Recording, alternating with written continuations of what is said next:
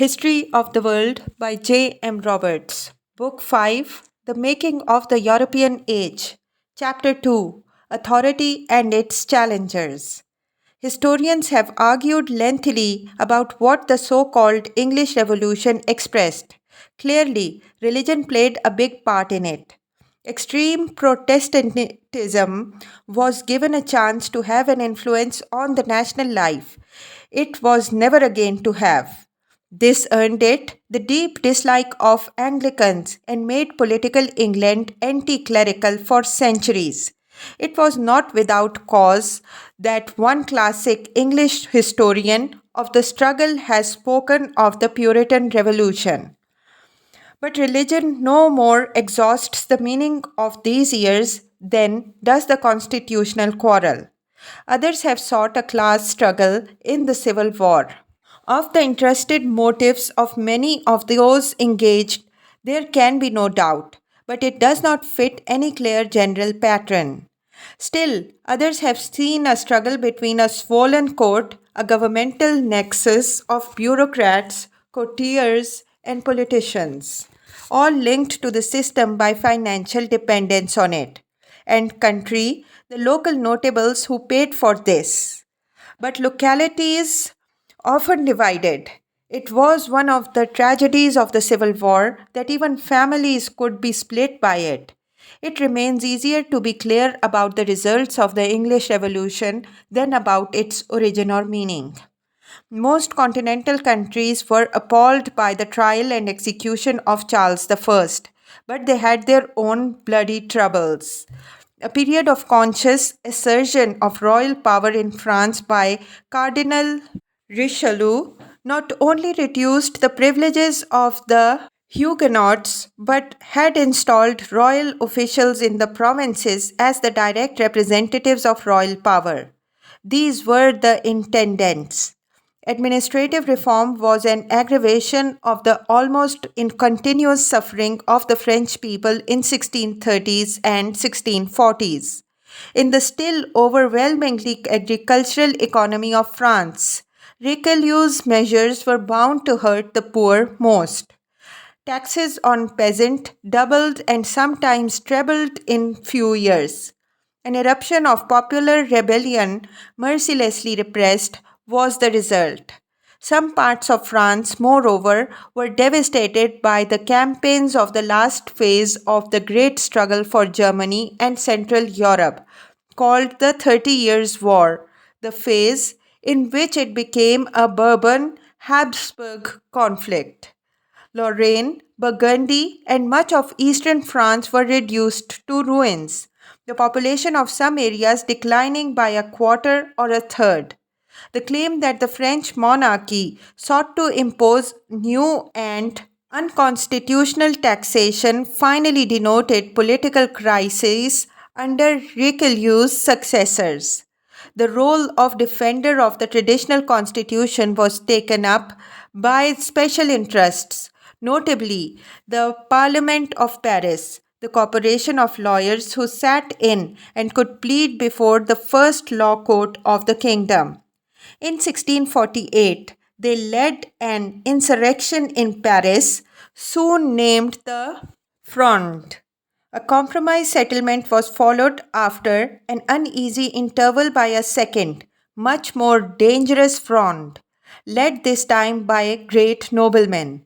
Though the Parliament of Paris did not long maintain a united front with them, these men could draw on the anti centralist feelings of the provincial nobility, as regional rebellions showed.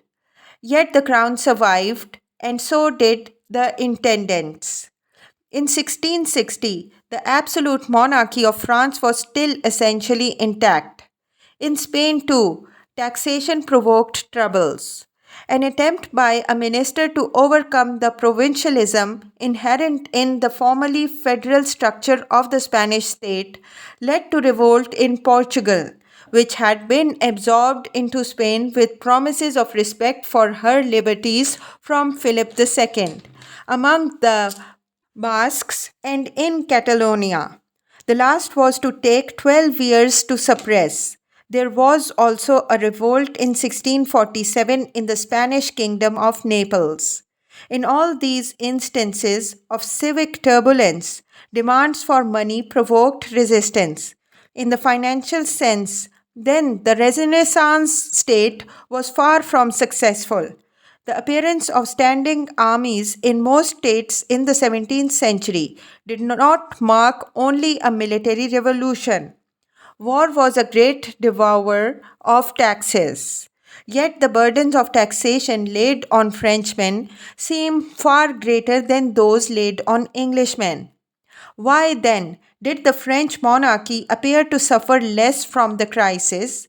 England, on the other hand, had civil war and the overthrow for a time of her monarchy without the devastation which went with foreign invasion.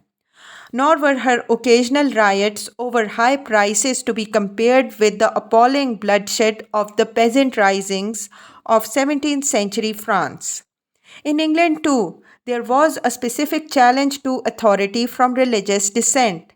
In Spain, this was non existent, and in France, it had been contained long before. The Huguenots, indeed, were a vested interest, but they saw their protector in the monarchy and therefore rallied to it in the front. Regionalism was important in Spain, to a smaller extent in France, where it provided a foothold for conservative interests threatened by governmental innovation, but seems to have played very little part in England. The year 1660, when the young Louis XIV assumed full powers in France and Charles II returned to England, was in fact something of a turning point. France was not to prove ungovernable again until 1789 and was to show in the next half century astonishing military and diplomatic power. In England, there was never again to be, in spite of further constitutional troubles and the deposition of another king, a civil war. After 1660, there was an English standing army and the last English rebellion by an inadequate pretender and a few thousand deluded yokels in 1685. In no sense menaced the state. This makes it all the more striking, in retrospect, that men remained so unwilling to admit the reality of sovereignty. Englishmen solemnly legislated a series of defenses of individual liberty in the Bill of Rights. Yet, even in 1689, it was hard to argue that what one king in parliament had done, another could not undo. In France, everyone agreed the king's power was absolute. Yet, lawyers went on saying that there were things he could not legally do. One thinker, at least, the greatest of English political philosophers, Thomas Hobbes, showed in his books, notably in the Leviathan of 1651, that he recognized the way society was moving. Hobbes argued that the disadvantages and uncertainties of not agreeing that someone should have the last word in deciding what was law clearly outweighed the danger that such power might be tyrannically employed. The troubles of his times deeply impressed him with the need to know certainly where authority was to be found. Even when they were not continuous, disorders were always liable to break out. As Hobbes put it roughly, you do not have to live all the time under a torrential downpour to say that the weather is rainy. The recognition that legislative power, sovereignty, rested limitless in the state and not elsewhere, and that it could not be restricted by appeals to immunities, customs, divine law, or anything else without the danger of falling into anarchy, was Hobbes' contribution to political theory, though he got small thanks for it and had to wait until the 19th century for due recognition. People often acted as though they accepted his views, but he was almost universally condemned. Constitutional England was, in fact, one of the first states to operate on Hobbes's principles. By the early 18th century, Englishmen, Scotsmen were less sure even when they came under the Parliament at Westminster after the Act of Union of 1707. Accepted in principle and sometimes showed in practice that there could be no limits except practical ones to the potential scope of law. This conclusion was to be explicitly challenged even as late as Victorian times, but was implicit when in 1688 England at last rejected the direct descent of the Stuart male line, pushed James II off the throne, and put his daughter and her consort on it on conditions.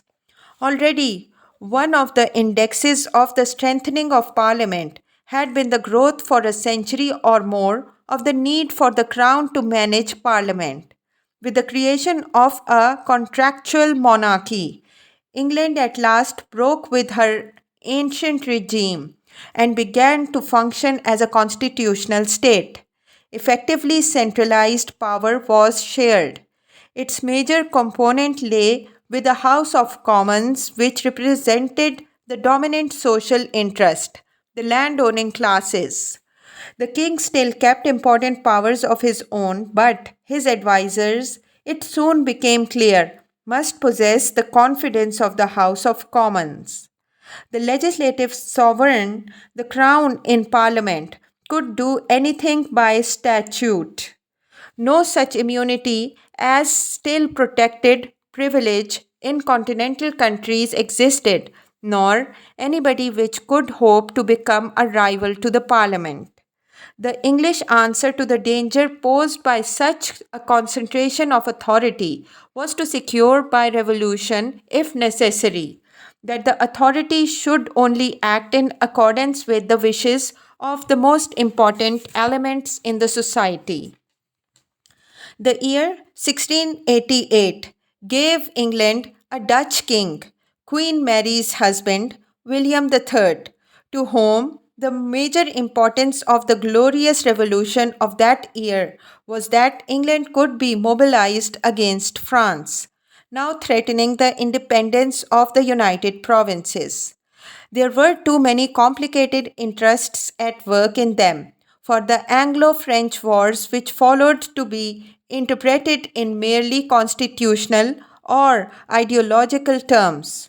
Moreover, the presence of the Holy Roman Empire, Spain, and various German princes in the shifting anti French coalitions of the next quarter century would certainly make nonsense of any neat contrast of political principle between the two sides. Nevertheless, it rightly struck some contemporaries that there was an ideological element buried somewhere in the struggle. England and Holland were more open societies than the France of Louis XIV. They allowed and protected the exercise of different religions. They did not censor the press but left it to be regulated by the laws which protected persons and the state against defamation. They were governed by oligarchies representing the effective possessors of social and economic power. France was at the opposite pole. Under Louis XIV, absolute government reached its climax in France. It is not easy to pin his ambitions down in familiar categories. For him, personal, dynastic, and national greatness were hardly distinguishable. Perhaps that is why he became a model for all European princes. Politics was reduced effectively to administration. The royal councils, together with the royal agents in the provinces, the intendants and military commanders, took due account of such social facts as the existence of the nobility and local immunities. But the reign played havoc with the real independence of the political forces so powerful hitherto in France. This was the era of the establishment of royal power throughout the country, and some later saw it as a revolutionary one. In the second half of the century, the frame which Richelieu had knocked together was, at last, filled up by the administrative reality. Louis XIV tamed aristocrats by offering them the most glamorous court in Europe. His own sense of social hierarchy made him happy to caress them with honors and pensions, but he never forgot the fronts and controlled the nobility as had Richelieu. Louis's relatives were excluded from his council, which contained non noble ministers on whom he could safely rely. The parliaments were restricted to their judicial role. The French church's independence of Roman authority was asserted, but only to bring it the more securely under the wing of the most Christian king, as one of Louis's title had it. As for the Huguenots, Louis was determined, whatever the cost, not to be a ruler of heretics. Those who were not exiled were submitted to a harsh persecution to bring them to conversion. The coincidence with the great age of French cultural achievement still seems to make it hard for Frenchmen to recognize the harsh face of the reign of Louis XIV. He ruled a hierarchical, corporate, theocratic society, which, even if up to date in methods, looked to the past for its goals. Louis even hoped to become Holy Roman Emperor. He refused to allow the philosopher Descartes, the defender of the religion, to be given religious burial in France because of the dangers of his ideas. Yet, for a long time, his kind of government seems to have been what most Frenchmen wanted. The process of effective government could be brutal, as Huguenots who were coerced into conversion by having soldiers billeted on them, or peasants reluctant to pay taxes who were visited by a troop of cavalry for a month or so, both knew. Yet, life may have been better than life a few decades previously, in spite of some exceptionally hard years. The reign was the end of an era of disorder, not the start of one. France was largely free from invasion, and there was a drop in the return expected from investment in land, which lasted well into the 18th century. These were solid realities to underpin the glittering facade of an age later called the Grand Siècle. Louis's European position was won in large measure by success in war, though by the end of the reign he had undergone serious setbacks. But it was not only his armies and diplomacy which mattered. He carried French prestige to a peak at which it was long to remain because of the model of monarchy he presented. He was the perfect absolute monarch. The physical setting of Ludovican achievement was the huge new palace of Versailles. Few buildings or the lives lived in them can have been so apt and imitated. In the 18th century, Europe was to be studded with miniature reproductions of the French court, painfully created at the expense of their subjects by would be grand monarchs in the decades of stability and continuity, which almost everywhere followed the upheavals of great wars of Louis's reign.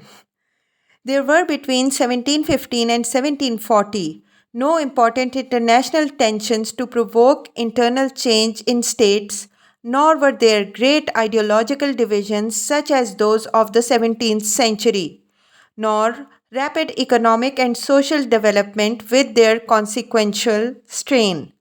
Not surprisingly, therefore, governments changed little and everywhere society seemed to settle down after a turbulent century or so.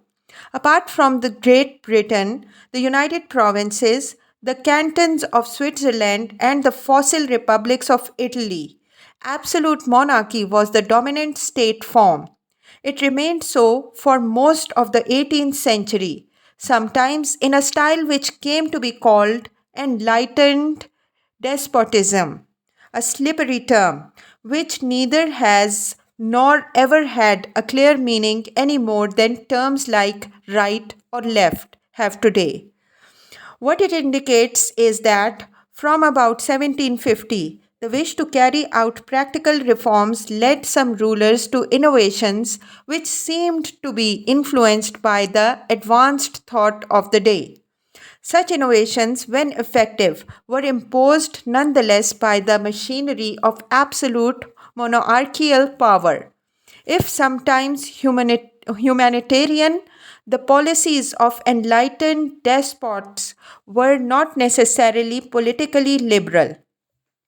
They were, on the other hand, usually modern in that they undermined traditional social and religious authority, cut across accepted notions of social hierarchy or legal rights, and helped to concentrate lawmaking power in the state and assert its unchallenged authority over its subjects, who were treated increasingly as an aggregate of individuals rather than as members of a hierarchy of corporations. Not surprisingly, it is almost impossible to find an example which, in practice, perfectly fulfills this general description, such as it is impossible to find a definition of democratic state today or a fascist state in the 1930s, which fits all examples. Among Mediterranean and southern countries, for example, Naples, Spain, Portugal, and some other Italian states, and even at times the Papal states, had ministers who sought economic reform. Some of these were stimulated by novelty, others, Portugal and Spain, turned to enlightened despotism as a way to recover lost status as great powers. Some encroached on the powers of the church. Almost all of them served rulers who were part of the Bourbon family connection. The involvement of one of the smallest of them, Parma, in a quarrel with the papacy led to a general attack in all of these countries on the right arm of the Counter Reformation papacy, the Society of Jesus. In 1773, the Pope was driven by them to dissolve the society, a great symbolic defeat as important for its demonstration of the strength of advanced anti clerical principles even in Catholic Europe as for its practical effects. Among these states, only Spain had any pretension to great power status, and she was in decline. Of the Eastern enlightened despotisms, on the other hand, three out of the four certainly had. The odd man out was Poland, the sprawling, ramshackle kingdom where reform on enlightened lines came to grief on constitutional rocks. The Enlightenment was there, all right, but not the despotism to make it effective. More successfully, Prussia, the Habsburg Empire, and Russia all managed to sustain a facade of enlightenment while strengthening the state. Once more, the clue to change can be found in war, which cost far more than building even the most lavish replica of Versailles. In Russia, modernization of the state went back to the earliest years of the century when Peter the Great sought to guarantee her future as a great power through technical and institutional change. In the second half of the century, the Empress Catherine II reaped many of the benefits of this. She also gave the regime a thin veneer of up to the minute ideas by advertising widely her patronage of letters and humanitarianism. This was all very superficial. The traditional ordering of society was unchanged. Russia was a conservative despotism whose politics were largely a matter of the struggles of noble factions and families.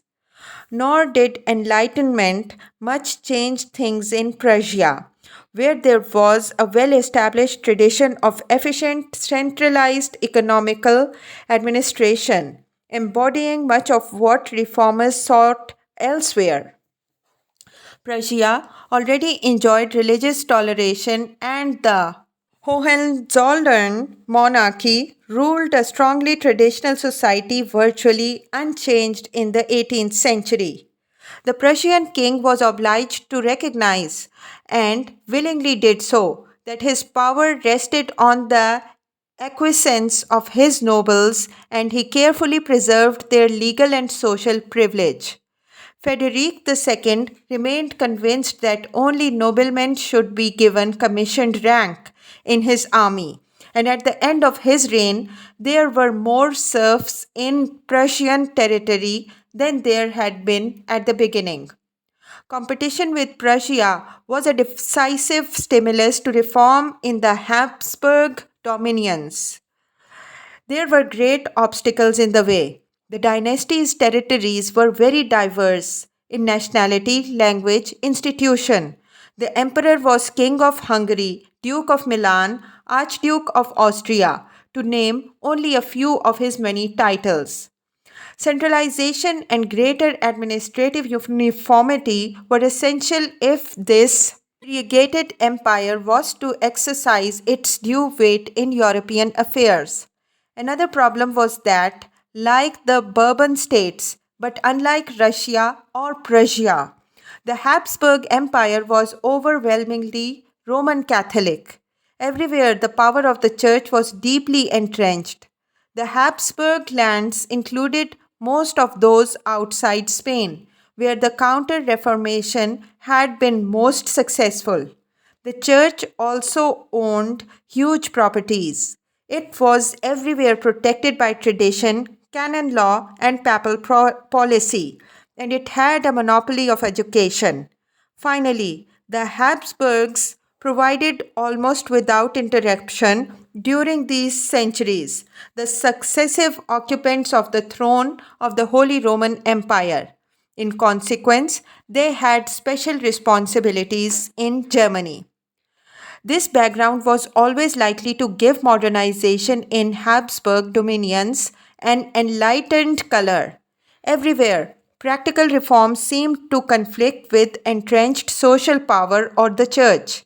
The Empress Maria Theresa was herself by no means sympathetic to reform, which had such implication, but her advisers were able to present a persuasive case for it.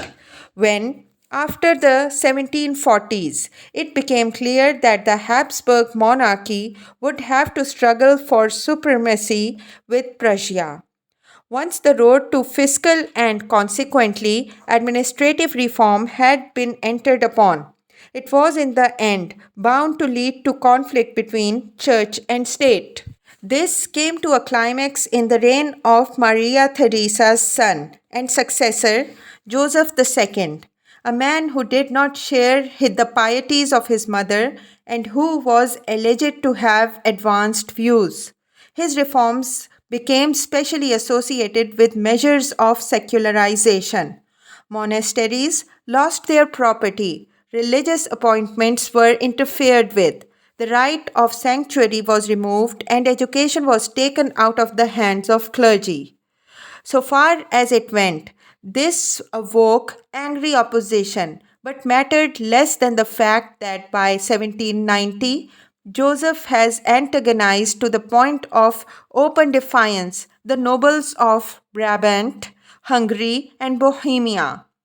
The powerful local institutions, states, and diets through which those lands could oppose his policies paralyzed government in many of Joseph's realms at the end of his reign. Differences in the circumstances in which they were applied, in the preconceptions which governed them, in the success they achieved, and in the degree to which they did or did not embody enlightened ideas, all show how misleading is any idea that there was anywhere a typical enlightened despotism to serve as a model. The government of France, clearly touched by reforming policies and aspirations, only confirms this. Obstacles to change had paradoxically grown stronger after the deaths of Louis XIV. his successor, whose reign began as a minority under a regency. The real influence of the privilege had grown, and increasingly there grew up in the parliaments a tendency to criticize laws which infringed special interest and historic privilege. There was a new and growing resistance to the idea that there rested in the crown any right of unrestricted legislative sovereignty. As the century wore on, France's international role imposed heavier and heavier burdens on her finances, and the issue of the reform tended to crystallize in the issue of finding new tax revenue, an exercise that was bound to encourage resistance. On this rock ran most of the proposals for reform within the French monarchy. Paradoxically, France was in 1789 the country most associated with the articulation and diffusion of critical and advanced ideas, yet also one of those where it seemed most difficult to put them into practice. But this was an issue which was Europe wide in the traditional monarchies of the end of the 18th century. Whatever reform and modernization had been tried, the hazards of vested historical interest and traditional social structure threw obstacles in the way. In the last resort, it was unlikely that monarchical absolutism could have solved this problem anywhere. It could not question historical authority too closely, for this was what it rested upon. Unrestricted legislative sovereignty seemed still in the 18th century to call too much in question. If historical rights were infringed, could not property be? This was a fair point, though Europe's most successful ruling class, the English, seemed to accept that nothing was outside the sphere of legislative competence, nothing beyond the scope of reform, without fears that such a revolutionary idea was likely to be used against them. With this important qualification, though, enlightened despotism too embodies the theme already set out that at the heart of the complex story of political evolution in many countries over a period of 3 centuries, continuity lies in the growth of the power of the state. The occasional successes of those who tried to put the clock back almost always proved temporary. True, even the most determined reformers and the ablest statesmen had to work with the machinery of the state, which to any modern bureaucrat would seem woefully inadequate. Though the 18th century state might mobilize resources much greater than had done its predecessors. It had to do so with no revolutionary innovations of technique. Communications as the 18th century ended depended just as they had done 300 years earlier on wind and muscle. The telegraph, which came into use in the 1790s, was only a semaphore system worked by pulling ropes. Armies could move only slightly faster than 3 centuries earlier, and if their weapons were improved, they were not improved out of recognition. No police force such as exists today existed in any country. Income tax lay still in the future. The changes in the power of the state, which are already observable, came about because of changes in ideas and because of the development to greater efficiency of well known institutions rather than because of technology. In no major state before 1789 could it even be assumed that all its subjects would understand the language of the government, while none, except perhaps Great Britain and the United Provinces, succeeded in so identifying itself with its subjects as to leave its government more concerned to protect them against foreigners than itself against them? Nowhere else on the eastern side of the Atlantic did any sovereign power look much like a modern nation state.